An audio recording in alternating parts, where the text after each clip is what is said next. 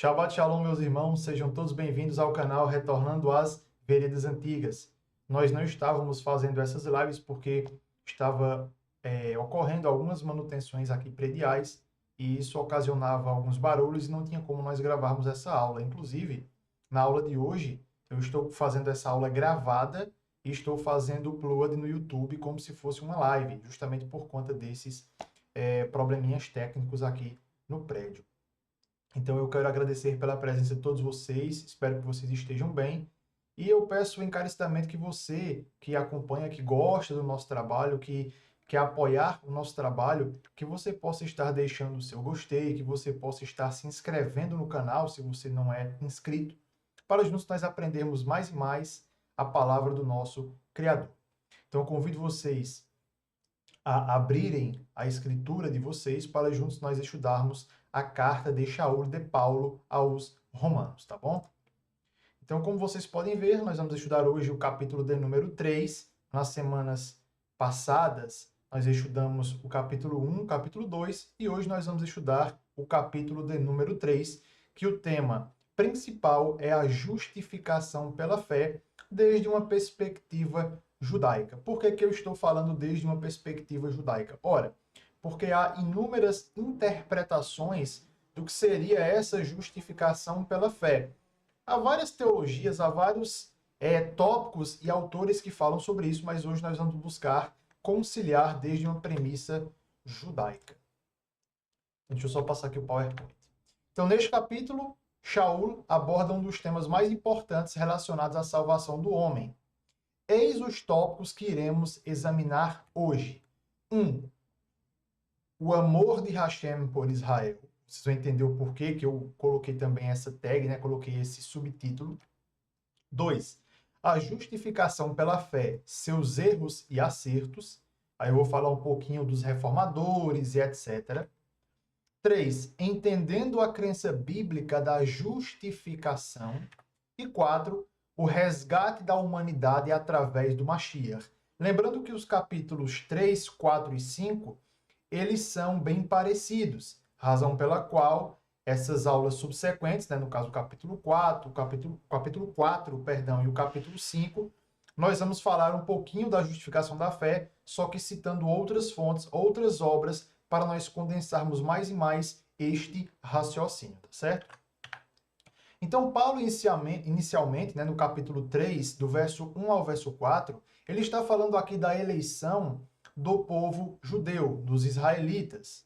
Porque havia, de certa forma, até hoje, né, um antissemitismo, existia também pessoas que estavam querendo se, digamos assim, né, as pessoas estavam querendo ser até maiores do que os próprios israelitas. E aí Paulo ele dá um puxão de orelha, né, nessas pessoas, principalmente de goim, de gentios, para que eles se colocassem nos seus devidos lugares. Como assim, Pedro? Entenda, isso não é preconceito. Simplesmente Shaul ele está explicando que o povo eleito é o povo judeu. Os gentios são coparticipantes, o próprio Paulo fala isso lá no livro de Efésios, capítulo 2, e também em Romanos, capítulo 11. Todavia, não são os galhos que sustentam a árvore, mas sim as suas raízes, ou seja, o povo de Israel, em específico também os patriarcas do nosso povo. Então, Romanos capítulo 3, verso 1 ao verso 4, o Rav Shaul, o apóstolo Paulo, ele começa dizendo o seguinte: qual é logo a vantagem do judeu? Ou qual é a utilidade da Brit Milá? Brit Milá é a circuncisão. Então, Paulo ele faz essa indagação à congregação de Roma.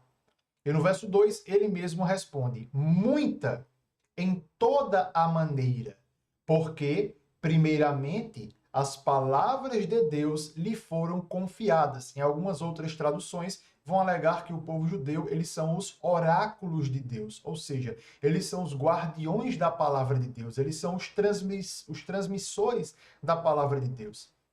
Então isso, com todo respeito aqui à expressão, ele dá um tapa na cara daquelas pessoas que estavam ensinando heresias e pessoas que estavam querendo se sobressair, né? Pessoas que estavam querendo serem maiores do que os próprios Yehudim, do que os próprios judeus. Então ele está falando aqui, está afiançando que os judeus são os oráculos de Deus. E aqui detalhe, Paulo está falando oráculos Em que sentido? No sentido de que eles são os transmissores, os receptores da mensagem e mesmo os não messiânicos, ok? Mesmo os não messiânicos. Porque por mais que eles não creem ou não acreditavam naquele momento em Yeshua, isso não os torna piores. Por quê? Só para você entender bem, você não me interpretar mal. Independentemente da condição que eles estejam, ou que eles estavam, né, falando tanto no presente como no passado, nós temos que entender que existe um plano profético de Hashem para o seu povo. Existe um plano profético do Eterno para o povo de Israel. Ok? E aí o próprio Eterno fala no livro do profeta Jeremias, capítulo 31, perdão, acho que é capítulo 33, o Eterno vai falar o quê? Que por mais que você consiga medir os grãos de areia do mar, que você consiga parar o sol, as estações, então aí realmente o povo judeu vai ser aniquilado. Nós sabemos que ninguém consegue fazer isso a não ser o próprio Eterno. Ninguém consegue contar os grãos de areia do mar, ninguém consegue parar o bramido das ondas, né? O que ele fala do profeta Jeremias. Eu não me recordo aqui o capítulo, mas salvo engano é o capítulo 33. Ok? Ou seja, isso mostra que Hashem, ele não rejeitou o povo de Israel. Inclusive o próprio Paulo, ele fala isso em vários textos, principalmente do livro de Romanos, né? Vamos estudar mais para frente Romanos 11, onde ele fala isso. Por acaso, ou porventura, o Eterno rejeitou o seu povo? De modo nenhum, ok? Mas enfim. Então, no verso 3, ele fala, ó, pois que se alguns foram incrédulos, e essa expressão se alguns é muito interessante porque mostra que nem todos foram incrédulos. Muitos judeus acreditavam e acreditam em Yeshua como Mashiach, ok? Então, eu não posso pegar e colocar todos no mesmo pacote, alegando que todos eles foram incrédulos, né? Como já aconteceu casos de antissemitismo aqui onde eu resido, onde eu subi em um ônibus, tinha um camarada que estava pregando, e aí ele falou, né? Os judeus mataram a Cristo. Ou seja, ele está generalizando e ele nem sabe que eu creio em Yeshua. Então percebam que, por conta, nós vamos estudar um pouquinho hoje, né? Por conta dessa má influência, dessas interpretações equivocadas do cristianismo, tanto do católico como do protestante, então muitas pessoas foram ensinadas, elas aprenderam essas questões bastante equivocadas a respeito do povo de Israel. E o verso 4, para concluir essa primeira sessão, diz: de maneira nenhuma. Então, olha só que interessante, só recapitulando o verso 3, ó. Pois que, se alguns foram incrédulos, a sua incredulidade aniquilará a fidelidade de Deus. Será que a infidelidade do povo judeu vai aniquilar a fidelidade de Adonai? Olha o que é que Paulo responde: de maneira nenhuma. Sempre seja Deus verdadeiro e todo homem mentiroso, como está escrito, para que sejas justificado em tuas palavras.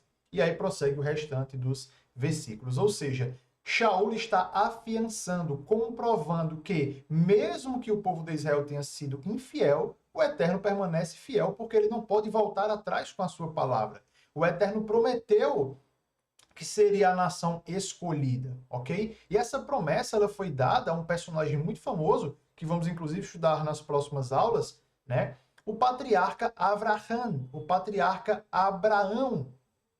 No capítulo 12 de Bereshit, de Gênesis, o Eterno diz, ó, e abençoarei os que te abençoarem, e amaldiçoarei os que te amaldiçoarem, e em ti serão benditas todas as famílias da terra. Então, muitas pessoas não sabem disso. Eu até coloquei aqui esse título aqui, ó, bênção ou maldição, você escolhe. Por quê? Porque há milhares de pessoas que não entendem o amor do Eterno pelo seu povo Israel, e essas pessoas acabam criando o antissemitismo. O que é antissemitismo? Antissemitismo é qualquer ódio ou aversão a coisas semitas, ou seja, ao povo judeu.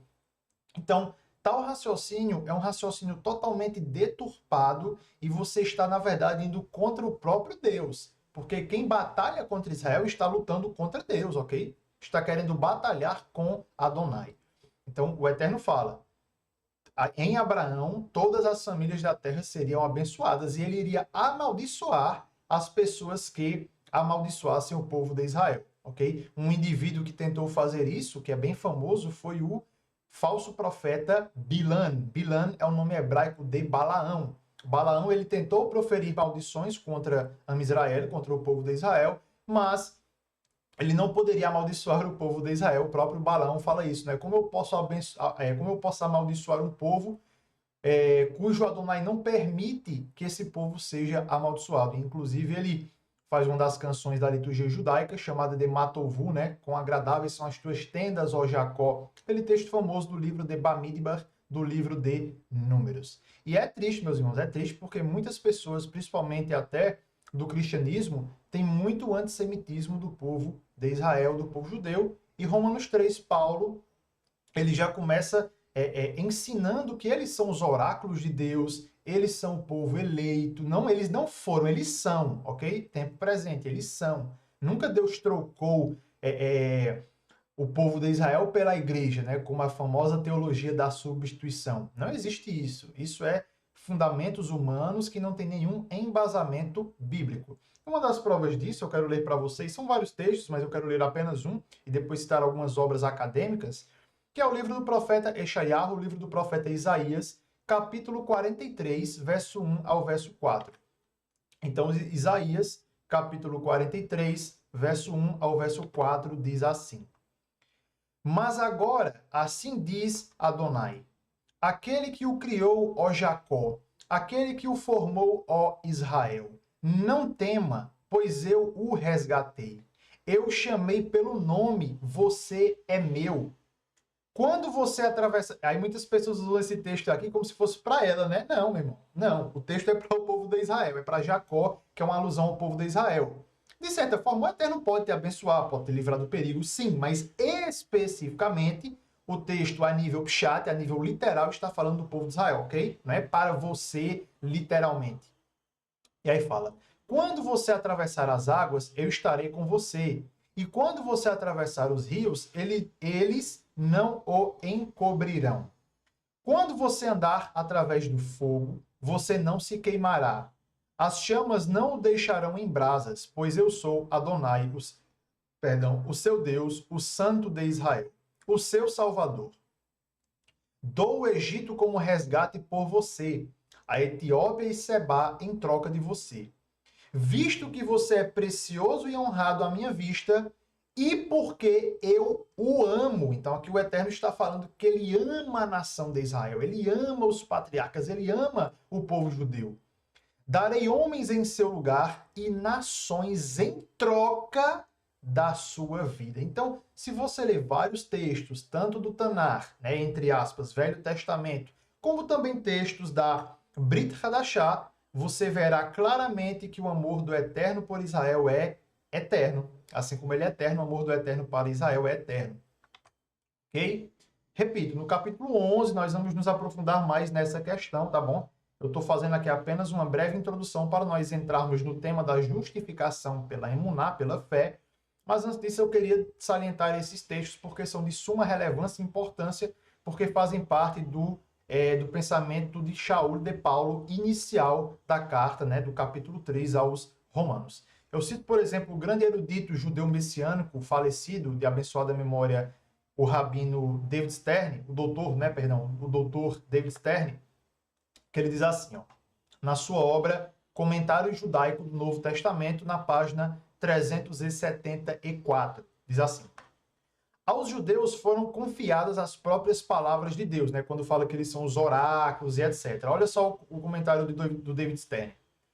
Isso é de suma importância porque qualquer outra vantagem de ser judeu é resultante do fato de Deus ter escolhido e falado com o povo judeu.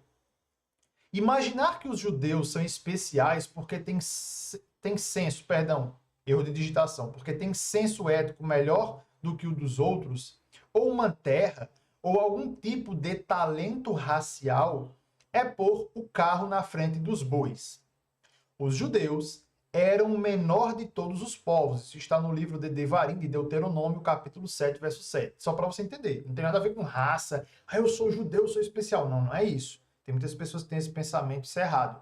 Muitas pessoas hoje em dia querem comprar uma conversão judaica achando que isso do da água para o vinho, o camarada vai se tornar um Superman. Errado. Você está com um pensamento totalmente antibíblico e diabólico. Não existe isso por uma questão racial. Isso por si só o tornaria Adonai um ser racista, ok? Ele não escolheu o povo judeu porque eles eram melhores do que outras nações, não. E aí vocês vão entender.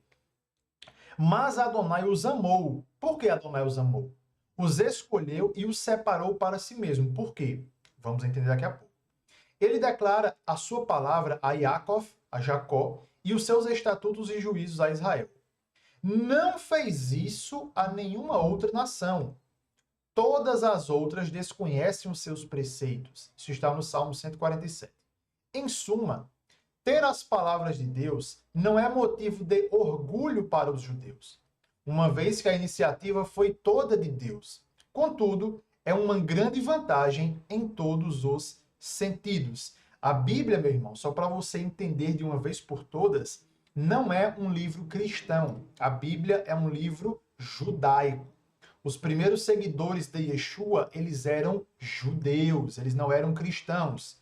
Eles eram chamados de seita do caminho ou também de Netzarim. Netzarim, que significa nazarenos. Então, geralmente nas Bíblias em português aparece o termo cristãos, mas eles eram, na verdade, chamados de Netzarim, nazarenos. Quem foram as pessoas que foram chamadas de cristãos, não no sentido de fazer parte de alguma denominação religiosa, na verdade foram os gentios que se converteram, que receberam o nome de cristianoi. Inclusive, o próprio David Stern, ele comenta no seu comentário judaico do Novo Testamento sobre isso. Agora, lembram que eu perguntei por que é que Deus escolheu Israel? Por que foi a nação eleita? Por que não foi o Brasil? Por que não foi os Estados Unidos? Por que não foi outra nação qualquer? Existe um livro chamado O Mais Completo Guia sobre o Judaísmo, ele está aqui atrás, do rabino Benjamin Blair, e na página 46 dessa obra, eu vou ler para vocês, não coloquei na tela, mas aí está a citação, O Mais Completo Guia sobre o Judaísmo, na página 46 do rabino, inclusive ele não é messiânico, né, mas só para você entender, do rabino Benjamin Blair, ele fala algo muito profundo, citando algumas obras judaicas, como por exemplo o Midrash. Ele diz assim, abre aspas, o Midrash conta que Deus se voltou para todos os povos do mundo e perguntou-lhes se queriam aceitar a sua Torá. Cada um deles, né, cada uma das pessoas das nações, perguntaram, o que está escrito nela? Quando foram informados de algumas leis escritas, recusaram. Para alguns, o problema foi o adultério. Para outros, roubo e assassinato. As nações, à época da revelação, século 13 antes da Era Comum, simplesmente não estavam preparadas do ponto de vista cultural, moral e ético. Somente os judeus aceitaram a Torá de boa vontade. Aí vem um camarada e vai dizer assim, palavras minhas agora. Ah, Pedro, mas só que existiam vários gentios também que estavam ali que aceitaram. Isso é verdade. Mas as pessoas que já tinham um entendimento monoteísta de quem era Deus, que já tinham uma compreensão maior do que era Deus, que tinham o pacto da Brit Milá, que já tinham uma vivência com Deus, era o povo de Israel, não eram os gentios. Os gentios que aceitaram sair do Egito, de Mitzrayim, eles viram as maravilhas de Deus, eles se converteram, mas eles não tinham uma vivência, uma experiência, um conhecimento de Deus. As pessoas que tinham esse conhecimento eram os israelitas, que eram descendentes de Abraham. Abraham Avino, Abraão nosso pai, ok? Então, os judeus aceitaram por quê? Porque eles já tinham um intelecto, eles já tinham um entendimento, eles já tinham uma vivência com Hashem. E aí, só recapitulando novamente, somente os judeus aceitaram a Torá de boa vontade, ou de bom grado. É isso que faz deles não o povo escolhido, mas o povo que escolhe. Então, o Eterno, ele trabalha com uma via de mão dupla. O Eterno te chama, mas a decisão de acatar, de aceitar esse chamado, é teu, meu irmão. O Eterno, ele não vai puxar teu braço e vai te forçar a fazer algo, não. Ok? O Eterno, uma das coisas que ele mais preza é respeitar o livre-arbítrio do ser humano. Não existe essa questão de que você não pode escolher. É como se fosse uma coisa assim, sei lá, surreal, onde você é forçado. O Eterno não vai colocar, tem até um ditado, não me lembro de quem, um ditadozinho popular, que diz assim, ninguém vai entrar no céu à força, isso mesmo. Ninguém vai entrar no céu à força. Por mais que a pessoa queira, ela não vai. E também o Eterno não vai levar essa pessoa à força. Certo? É um ditadozinho popular que tem aí, né, no Brasil. Mas só para você entender essa questão muito importante. Então, o povo judeu, eles receberam um chamado, mas eles muito bem poderiam dizer que eles não queriam. Ok? Assim como o patriarca Abraão. Abraão, ele disse, ó, não quero isso não, e pronto. Ele recebeu o chamado. Mas a escolha de fazer ou não fazer pertencia unicamente a ele. E aí Paulo, ele continua, né, com seus comentários no verso 9 ao verso 11. Ele fala, pois que, agora vamos entrar com profundidade no tema proposto. Pois que somos nós mais excelentes? De maneira nenhuma. Pois já dantes demonstramos que, tanto judeus como gregos, todos estão debaixo do pecado. Então aqui Paulo está falando, olha, os judeus realmente eles foram um povo escolhido, tudo bem. Mas no sentido de pecado, então preste atenção na separação que ele está fazendo agora. Mas no que tange a questão de salvação, de pecado, todos estão no mesmo patamar. Judeus, gentios, todos estão debaixo do pecado e todos necessitam de um Salvador. Entendeu, né? Tudo bem. Como está escrito, não há um justo, nenhum sequer. Então preste atenção nisso que é muito importante. Muitas pessoas dizem, onde é que está escrito isso, que não há nenhum justo? Ora, o homem mais sábio de toda a Bíblia, tirando Yeshua, obviamente, que foi Salomão, no livro de Eclesiastes, capítulo 7, verso 20, ele diz, todavia, não há um só justo na terra, ninguém que pratique o bem e nunca peque. Ou seja, por mais que você seja uma pessoa, digamos assim, muito elevada, em um nível de santidade tremendo, você, em algum momento, vai errar, ok? Não estou falando aqui de erro em sentido de pecados para a morte, pecados graves, não é isso. Mas por mais que a pessoa tenha um grau altíssimo de santidade, ela em algum momento vai transgredir de alguma forma, ou no pensamento, ou vai se estressar com alguém, falar um palavrão, não sei. Um grande exemplo disso foi o Moshe. Moisés, ele era um homem de, digamos assim, altíssima santidade, né? Um homem muito elevado, um grande tzadik. Todavia, Moisés, em alguns momentos, ele errou. Um dos momentos que ele errou foi quando ele não fez a Brit Milá do seu filho. Outro momento que ele errou foi quando ele bateu na rocha com raiva, né? Que inclusive foi um dos pontos que ele não entrou na terra de Canaã, na terra prometida. Existem vários comentários dos rabinos, mas grande maioria eles alegam que foi a ira de Moshe e também ele batendo na rocha ali perdão. Quando Moshe bate na rocha, isso ali surtiu um efeito negativo no povo. Por quê? Porque Moshe ele ficou muito irado. Os rabinos falam que quando ele fala assim, ele fala uma palavrinha bem pejorativa com o povo. É como se fosse, entre aspas, um palavrão, né? E aí ficou meio que um mau testemunho de Moshe. Né? Sem contar também que existem várias questões alegóricas, né, no que tange a questão da rocha, porque a rocha é uma tipologia de Mashiach. Mashiach estava sendo golpeado. E na verdade Hashem ele disse para Moshe, Moshe, fala a rocha, não é para bater, é para falar. Mas Moshe ele bate na rocha e jorra essa água. Mas enfim, é um outro tema, né? Nós já temos aqui as parachutes, as poções, que nós falamos sobre este tópico. Mas em relação a essa questão que nós estamos falando, não há uma pessoa 100%, essa é a verdade. Você até pode ser, meu irmão, 99,99, mas 100% não. O único que realmente esteve nessa terra, que não cometeu nenhum delito, nenhum pecado, foi Yeshua.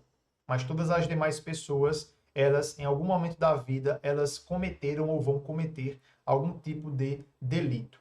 É o que o pregador, que ele se intitula pregador, no caso Eclesiastes, né, o livro de Salomão, e também Shaul retira essa citação de Eclesiastes, tá bom? Ou seja, não há ninguém que busque a Deus, não há ninguém... Ou seja, ele está falando que realmente o ser humano ele tem uma tendência, que isso é conhecido como a Yetzer Hará, a inclinação para o mal, de fazer coisas perversas e de não buscar a Deus.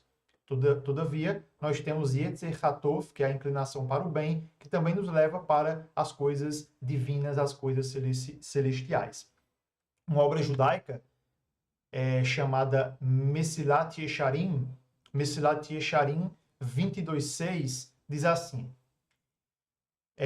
falando sobre Kohelet é o livro de Eclesiastes, capítulo 7, ok? Verso 20, ao comentar um pouquinho sobre isso, essa obra Mesilat Yesharim diz assim, pelo que lhe falta, isso é evidente, pois é impossível a um homem, qualquer que seja o grau de perfeição que tenha alcançado, não ter muitas deficiências. Então, essa obra judaica ela está corroborando, está compreendendo e assinando embaixo o que falou Salomão.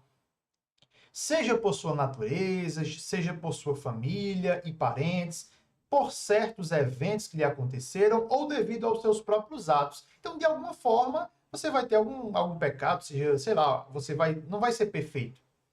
Pois não há homem justo na terra que faça o bem e não peque. Kohelet, capítulo 7, verso 20. Tudo isso são manchas em uma pessoa que não permitem que ela se torne arrogante, mesmo que tenha alcançado muitas virtudes. Essas deficiências são suficientes para obscurecê-las. Então, o Mesilat Yesharim faz um comentário muito interessante que corrobora com o que falou Eclesiastes e também o que falou Paulo. Apesar de ser uma obra ortodoxa, eu já falei aqui para os irmãos que sempre nós citamos obras judaicas que corroboram, que afiançam o que nós estamos aqui ministrando. Então, essa obra, obviamente, esse comentário é um comentário bom, porque ele está falando justamente o que falou a própria palavra do Eterno. Agora, adentrando mais nessa questão da sola gratia, né? Sola gratia, né? Sola gratia não. Sola fide, né? Que é somente a fé. Apesar que estão conectadas, mas existem as 5 solas do protestantismo, né? Dos reformadores. Sola Escritura, sola fide, sola gratia e etc. Nós temos uma que é justamente esse tema da justificação pela fé, que é sola fide. Sola fide, em uma tradução literal, significa somente a fé. O que é isso, Pedro? O que seria essa questão de sola fide, somente a fé? Ora, historicamente, o conceito de sola fide foi a base para Martinho Lutero desafiar a cobrança de indulgências pela Igreja Católica Romana e, por esta razão, é chamada de princípio material da Reforma Protestante, enquanto a doutrina da sola Escritura é considerada princípio formal. É um dos 5 solas da Reforma Protestante. Então percebam, Martinho Lutero ele teve um entendimento legal, né? Ele teve um entendimento legal do que seria a fé. Todavia, o pensamento de Martinho Lutero ele ocasionou em um certo grau extremista, porque percebam, até certo ponto, eu entendo que Martinho Lutero ele fez coisas boas e ele fez coisas ruins. Né? Eu já falei em outras aulas que Martinho Lutero realmente ele trouxe algumas mudanças para o seio do cristianismo. Trouxe coisas boas, mas também ele trouxe coisas muito ruins, como, por exemplo, ele era um camarada muito antissemita. Ele tinha ódio do povo judeu, ele tinha ódio dos israelitas. Quando? Ora, quando ele tentou convencer os judeus a acreditarem em Yeshua, mas jamais os judeus iriam acreditar em um falso Yeshua apregoado pela igreja. Um Yeshua que aboliu a lei, um Yeshua que, enfim, estava totalmente contrário àquele conceito de Mashiach, aquele conceito de Messias aguardado pelo povo de Israel. Então, por esta razão, ele se tornou uma pessoa antissemita, tinha ódio dos judeus, inclusive em seus livros, ele inclusive fala que as pessoas deveriam expulsar os judeus, as pessoas deveriam realmente queimar as sinagogas. Então tudo isso ocasionou no que é chamado de Holocausto nazista, né? Hitler, ele leu Martinho Lutero, inclusive ele coloca Martinho Lutero como uma das pessoas mais influentes da Alemanha. Para quem não sabe, Hitler ele era austríaco, mas ele residia na Alemanha. Ele teve sua vida, sua infância ali na Alemanha. Então, quando ele estava na prisão, em sua biografia Mein Kampf, Minha Luta, ele inclusive atribui muitas ideias bacanas a Lutero, mas essas ideias que ele atribuía eram justamente as ideias antissemitas, né? E porque Martinho Lutero ele era um grande antissemita. Há muitas controvérsias, muitos protestantes buscam defender, mas não tem como você defender quando há fatos, né? Contra fatos não há argumentos. Então, repito, ele teve coisas boas? Sim, sim. Muitas coisas que ele fez foram boas. Como, por exemplo, essa questão de bater de frente contra a Igreja Católica e falar sobre a graça, né, sobre a fé. Isso foi muito bom, né? Porque a Igreja Católica, literalmente, eles vendiam indulgências. Para quem não sabe, indulgências era como se fosse uma espécie de um documento onde ele dava o direito de comprar a salvação de alguém, né? Muitas pessoas faziam promessas, né? Pagavam tributos à Igreja Romana.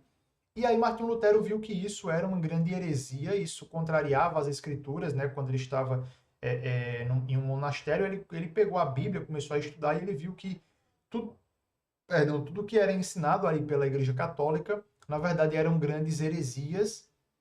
E ele foi contra isso quando ele coloca no castelo de Wittenberg, na Alemanha, as 95 teses, né? Isso é bem famoso para aquelas pessoas que já estudaram teologia, que gostam, né, da história dos reformadores e etc.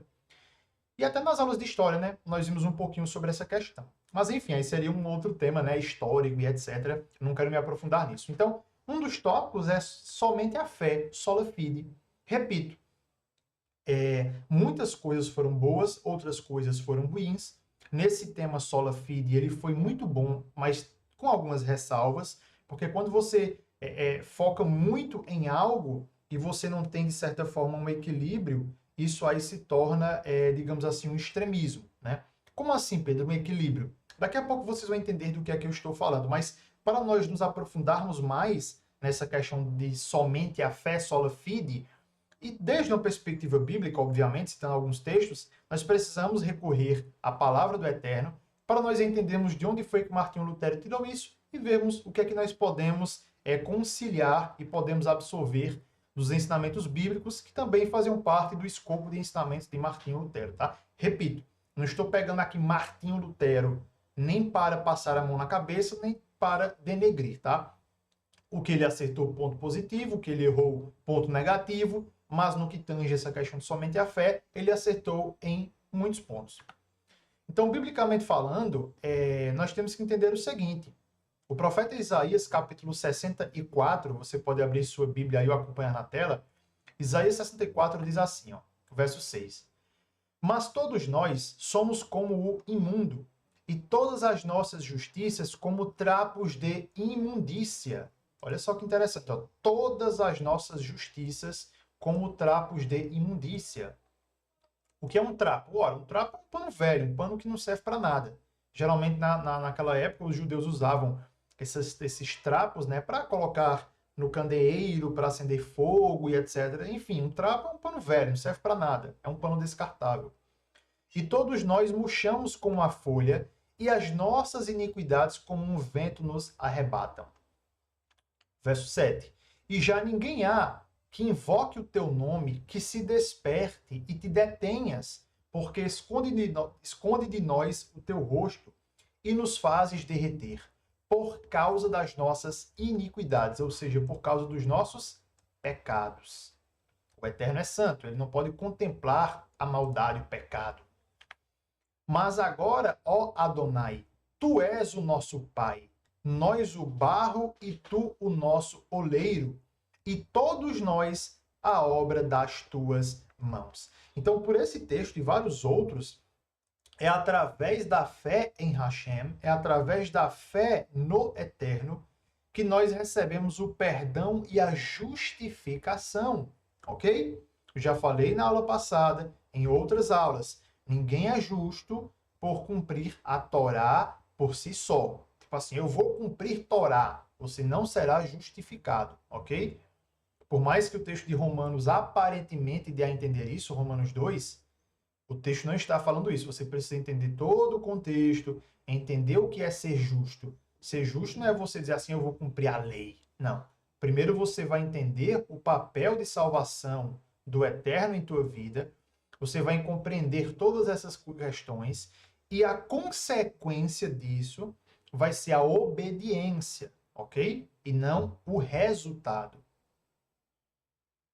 Por exemplo, sobre esse texto aqui, de Isaías, Eshaiahu, capítulo 64, o Targum Yonatan, que é a tradução aramaica, do hebraico para o aramaico, né, o Targum. Já falei aqui em uma série de aulas aqui, que nós falamos um pouquinho sobre as obras aramaicas. O Targum Yonatan, ao comentar o texto de Isaías, ele diz: mas todos nós somos como uma coisa impura. Eu acho muito interessante isso, porque realmente o Targum ele coloca nós, seres humanos, como um sentido de impureza.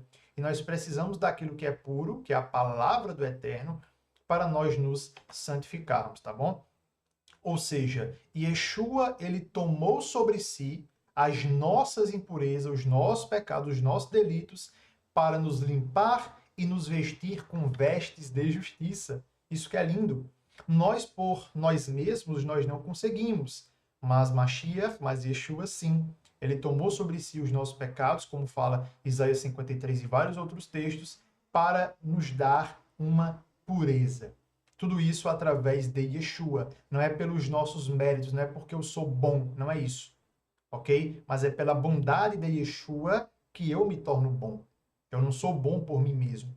Eu posso ser bom, sei lá, faço uma coisinha ali, acolá, uma caridade, sei lá, muitas pessoas falam isso, né? Mas você não é bom, meu irmão.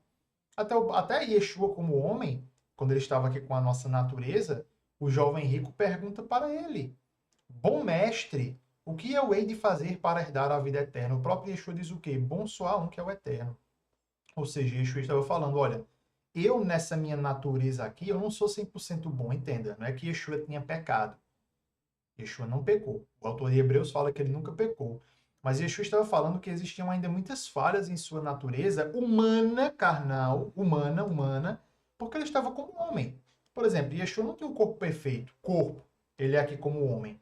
Yeshua sentia frio. Yeshua sentia dor. Entenderam? Então ele estava falando nesse sentido, não é que ele tinha pecado, só para você entender. E se você tiver alguma dúvida adicional, você coloca aí nos comentários que com certeza nós iremos responder. O livro de Abacuque capítulo 2, verso 4, diz assim, ó: eis que a sua alma está orgulhosa, não é reta nele, mas o justo viverá pela fé. Interessante que aparece assim, ó, em hebraico, ó, Vetsadik, cadê? Eita, agora me perdi. Deixa eu botar aqui o slide. Pronto. Vetsadik beemunato Adonai. Aliás, Adonai não. Irie. É? Peraí, eu tô aqui no slide errado. Cadê? Peraí, viu, meus irmãos? Deu um bug aqui. Pronto. É isso mesmo. Vetsadik beemunato Adonai. Isso mesmo. Ou seja, o que é que está querendo dizer aqui? Está querendo falar que o justo ele vai viver pela fé. O justo ele vai viver pela fé. Agora deu um bug aqui no computador. Pera aí, meus irmãos. Deixa eu desligar aqui o teclado. Pera aí. Pronto. Deixa eu aumentar aqui porque tá bem pequenininho, até me confundir aqui na leitura do hebraico. Pera aí, viu? Pronto, é isso que sua alma está orgulhosa. Só um momentinho. Pronto, eis que sua alma está orgulhosa, não é reta nele, mas o justo viverá pela fé. É Betsadik, Bemunato e Rie. Peço perdão que eu me confundi aqui, que apesar que tem um Yud e Re, não é um Vav aqui, é um outro Yud, né? E aí eu me confundi achando que era Adonai, mas depois que eu vi que é o termo o justo viverá pela fé, então não pode ser Adonai. Peço perdão aos irmãos que eu acabei me confundindo, às vezes dá um pane aí na CPU, e a letra estava bem pequenininha, porque eu como tenho apenas um monitor, então eu divido em dois. Aí, às vezes fica pequenininho, mas deu para ler. Vetsadik, Bemunato e Rie. Ou seja, mas o justo viverá pela fé, pela emuná. Parece o termo aqui, Bemunato, que é justamente o que nós já estudamos em outras aulas, o termo emuná. Emuná é a fé. Não uma fé totalmente abstrata, mas uma fé prática, onde você acredita e você faz. Então, nós recebemos isso através de Hashem. Nós recebemos o perdão e a justificação através do Eterno. E aí, prosseguindo, né, com o texto de Romanos, nós podemos ver a grande culpabilidade. Só um momentinho. Nós podemos ver a grande culpabilidade humana. A grande culpabilidade humana que aparece no livro de Romanos, capítulo 3, do verso 13 ao verso 18, que diz assim, ó: a sua garganta é um sepulcro aberto. Com as suas línguas tratam enganosamente. Peçonha de áspides, ou seja, de serpentes, está debaixo de seus lábios. Isso aqui é o ser humano. cuja boca está cheia de maldição e amargura. Os seus pés são ligeiros para derramar sangue, em seus caminhos há destruição e miséria, e não conheceram o caminho da paz. Não há temor de Deus diante de seus olhos. Ele está falando aqui no sentido amplo da humanidade, porque sempre a humanidade, grande maioria, elas são levadas pela sua Yetzer Hará. Muitas vezes nós somos guiados pela nossa Yetzer Hará, pela nossa inclinação para o mal. E é isso que Shaul ele está falando. E só existe um antídoto para essa perversidade, para esse problema, que é justamente Yeshua. Ok? Já falamos em outras aulas. Gênesis capítulo 3, verso 15, vai falar que viria um descendente da mulher que iria pisar na cabeça da serpente. Aparece o termo ali em hebraico Nahash. Nahash é serpente. Os sábios de Israel eles vão explicar que esta cobra, esta serpente, é uma alusão a Satã, ok? E aí viria um descendente, que eles vão falar que é Mashiach, que ele iria pisar na cabeça da serpente, literalmente, e é isso que acontece, né? O antídoto é Yeshua quem nos dá, ele que nos dá a salvação. Por nós mesmos, nós não conseguimos fazer nada, ok? Quando Yeshua estava conversando com Keifá, com Pedro, né? E eles começam a indagar, começam a conversar. Há uma passagem muito linda que Keifá diz: Senhor, para onde nós iremos se somente tu tens as palavras de vida eterna? Ou seja, somente Yeshua quem nos dá essa vida eterna. É Yeshua quem nos concede a salvação da nossa culpabilidade humana. No livro de Terrilim, no livro de Salmos, para quem não sabe, Terrilim é o nome hebraico de Salmos, capítulo 51, verso 4, David Hameler, o rei Davi, ele fala: tem misericórdia de mim, ó Deus, segundo a tua benignidade. Apaga as minhas transgressões, segundo a multidão das tuas misericórdias. Lava-me completamente da minha iniquidade e purifica-me do meu pecado. Porque eu conheço as minhas transgressões e o meu pecado está sempre diante de mim. Contra ti somente pequei e fiz o que é mal à tua vista, para que sejas justificado quando falares e puro quando julgares. Nós sabemos que a justificação plena, ela advém da emuná do indivíduo. O indivíduo que reconhece o seu pecado, reconhece a sua insignificância, Hashem, ele vai justificar esse indivíduo.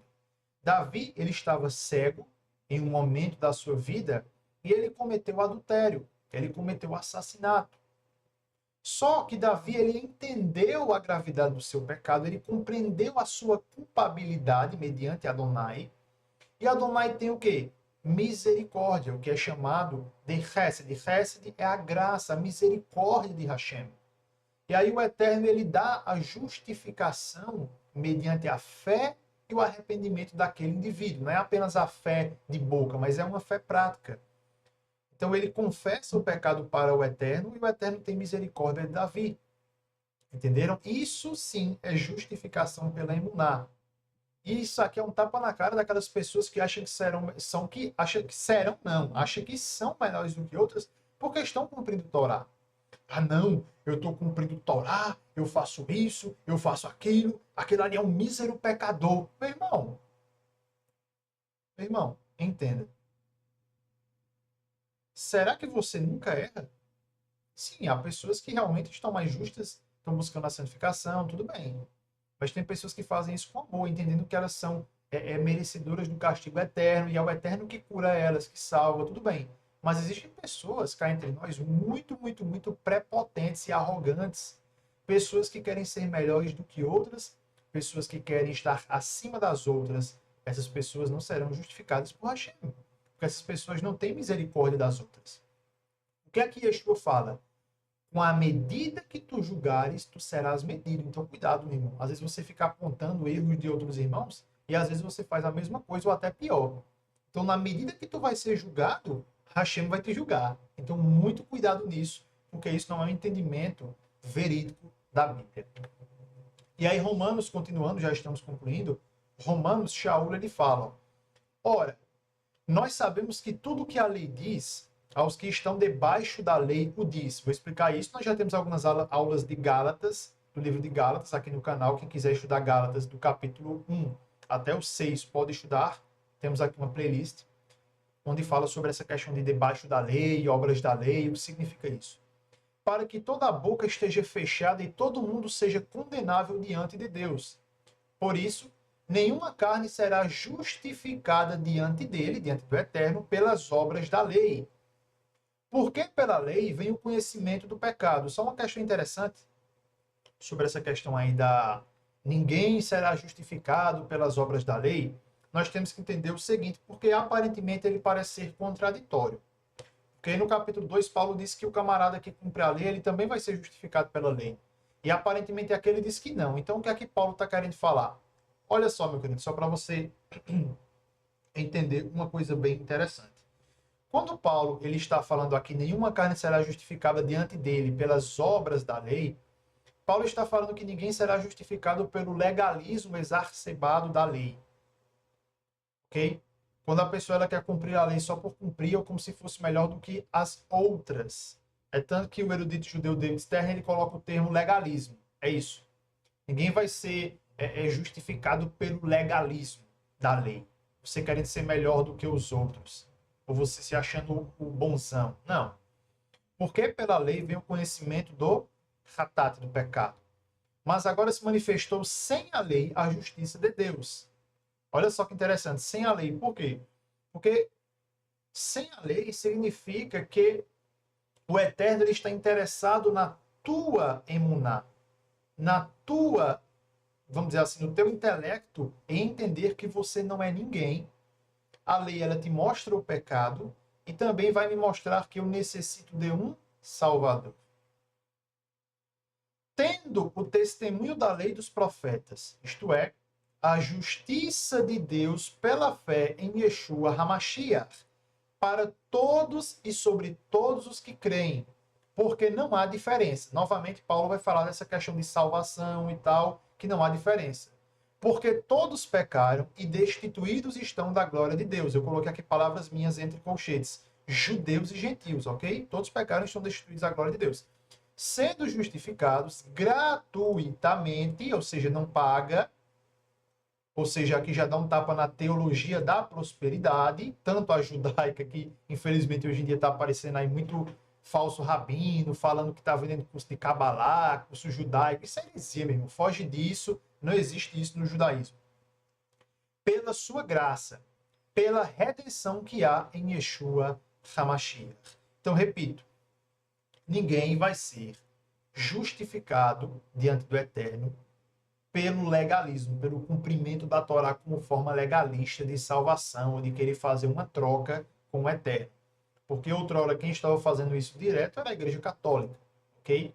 Martinho Lutero ele entendeu que não era bem assim. Daqui a pouco vamos falar um pouquinho de algumas falhas, né, que Martinho Lutero teve ao desenvolver, e também os reformadores posteriores desenvolverem e ampliarem este raciocínio de sola fide, que é somente a fé.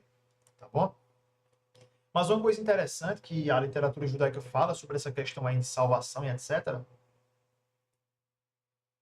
Vamos falar melhor nas próximas aulas. É que existe uma obra judaica intitulada de Jonas, o profeta, né? Yoná de Navi, Navi em hebraico é profeta, Jonas, o profeta, Mashiach ben Yosef, que é Messias, filho de José. Diz assim: a necessidade da missão de Mashiach ben Yosef, Mashiach, filho de José, surgiu como resultado do pecado de Adão. Mashiach ben Yosef, portanto, vem retificar, ou seja, vem consertar aquele dano e retornar a humanidade ao estado de Adão antes do pecado. Então isso mostra que o objetivo, a missão de Mashiach, não é apenas para o povo de Israel. Obviamente, nós já estudamos em várias aulas aqui que a missão primordial e inicial é apenas para o povo de Israel. Mas, após isso, essa missão seria ampliada para todos os povos da terra, porque todos têm um descendente em comum, que é Adão. Adão, que é Adão, ok? Então, Mashiach, ele vem com esse fito, com esse objetivo, trazer a salvação não apenas para o judeu, mas também para o gentio, para o estrangeiro. Sobre essa questão da justificação pela fé, só para nós entendermos algumas questões interessantes, eu coloquei aqui o seguinte, ó. Entendendo a justificação pela fé desde uma perspectiva judaica. Como vocês podem ver, tem 2 quadrinhos, está um pouquinho pequenininho, como eu falei para vocês, que até eu me confundi na leitura do hebraico naquela hora. Mas deixa eu ver se eu consigo ampliar aqui, peraí. Opa. Pronto, acho que ficou melhor aqui na tela do computador. Então, olha só. Então, entendendo a justificação pela fé desde uma perspectiva judaica. Eu coloquei aqui 2 quadrinhos, nós temos a figura de Lutero e a figura do Papa. Nós temos o primeiro quadrinho, que é Sola Fide, que é a visão do protestantismo, né? E nós temos o número 2, que são as obras humanas, que é o catolicismo, onde visa a questão das obras e também das indulgências e etc. Existe um erro das duas partes. Primeiro, a justificação pela fé protestante ela é muito interessante, já falei. Mas por eles, no caso, grande maioria, ensinarem que a Torá foi abolida, eles acabam partindo para um outro extremo. Qual é esse extremo, Pedro? Ora, esse extremo é a teologia da substituição. Quando eles alegam que a igreja tomou o lugar de Israel e, consequentemente, eles também alegam que a lei foi abolida. Então, muitas vezes, quando você sempre fica dando ênfase, e aí eu tenho amigos reformadores, tenho teologia reformada, de Calvino e etc., principalmente presbiterianos, eles têm uma visão assim muito de fé. Fé. E às vezes fica falando tanto disso que meio que deixa a Torá de lado. Esse é um ponto negativo da sola fide. Obviamente, eu repito, eles estão certos quando eles afirmam que a salvação ela não é pela Torá. Sim, a Bíblia não fala que você é salvo por cumprir a Torá. Todavia, quando você começa a falar apenas da graça, da fé e etc., você meio que deixa de lado a Torá, o cumprimento da Torá, que é a consequência da justificação pela fé, ok? Então aí é um ponto negativo para o protestantismo. Tem o ponto positivo e tem esse ponto negativo. E eu não preciso nem falar do catolicismo. O catolicismo ele tem um ponto positivo? Tem. Porque eles visam também nessa questão de obras, de cumprimento, mesmo que de uma forma errada, e eles deixam meio que de lado essa questão da fé. Então, na verdade, cada um tem os seus argumentos, né? Cada um tem os seus argumentos, e meio que a forma de você conciliar seria ter essa questão da fé, o outro a questão das obras e fazer uma unificação. Mas cada qual no seu quadrado e cada um com a sua interpretação. Mas a interpretação bíblica da justificação pela fé é a seguinte, repito, e recapitulando aqui o resumo. Você é salvo pela fé, beleza, para fazer boas obras. Paulo, lá em Efésios capítulo 2, verso 8 ao verso 10, ele fala isso. Somos salvos pela graça mediante a fé, para fazermos boas obras. Então, geralmente as pessoas só citam esse texto aí, somos salvos pela graça, e elas esquecem que a salvação ela vai gerar frutos. Lembrando, por mais que o protestantismo eles falem que, não, mas isso aí a gente concorda e tal, grande maioria vai alegar que a lei foi abolida e só precisa cumprir o que a igreja institui. Estava conversando com um amigo meu esses dias e realmente funciona dessa maneira. Não, isso aqui é válido. Não, isso aqui não é. Então é meio que uma receita de bolo, né? Você escolhe o que é e escolhe o que não é. E a Bíblia ela não funciona dessa maneira, tá bom? E aí, para quebrar até essa questão aí, o próprio Tiago, em sua epístola, Tiago 2, 26, ele diz assim, ó, porque assim como o corpo sem o espírito está morto, assim também a fé sem obras é morta. Então você tem que ter o quê? Fé, que tem a ver com essa questão da sola fide, e você tem que ter obras, que aí o catolicismo também dá ênfase a isso. Não são as obras católicas, repito, mas são as obras da Torá. É você obedecer Torá, mas entender que você não é salvo pela Torá. Você é salvo pela fé. Você é salvo pela emuná para praticar boas obras. Romanos capítulo 3, verso 28 ao 30, diz: concluímos, pois, que pode estar um barulhinho aí, meus irmãos, porque como eu falei para vocês, a gente estava fazendo algumas obras e tal, mas eu acho que meu áudio vai estar bacana para vocês entenderem. Então, olha só. Concluímos, pois, que o homem é justificado pela fé sem as obras da lei. Repito, sem um legalismo. É, porventura, Deus somente dos judeus e não também é dos gentios? Também dos gentios, certamente. Visto que Deus é um só, que justifica pela fé a circuncisão, que são os israelitas, os judeus, e por meio da fé, a incircuncisão, que são os gentios, tá bom? Então, eu acho que deu para vocês entenderem. E para nós concluirmos, Romanos 3,31, que é digamos assim, um acerto muito grande de Shaul, quando ele termina toda essa questão de justificação pela fé, citando que a Torá não foi abolida. Romanos 3,31 diz: anulamos, pois, a Torá pela fé, ou seja, anulamos, pois, a Torá por meio da fé, de maneira nenhuma. Antes estabelecemos a Torá, ou dependendo da tua tradução, antes confirmamos a lei, confirmamos a Torá. Ou seja, Paulo está falando, olha, meu filho, tudo que eu falei aqui para você é o seguinte, resumindo aqui Romanos 3, você, como a própria Bíblia fala, a nossa justiça é como trapos de imundícia, não há um justo nenhum sequer. Em que sentido? Em que sentido que eu preciso de um Salvador, que é Yeshua, para eu ser salvo mediante a graça, mediante a fé. Tudo bem?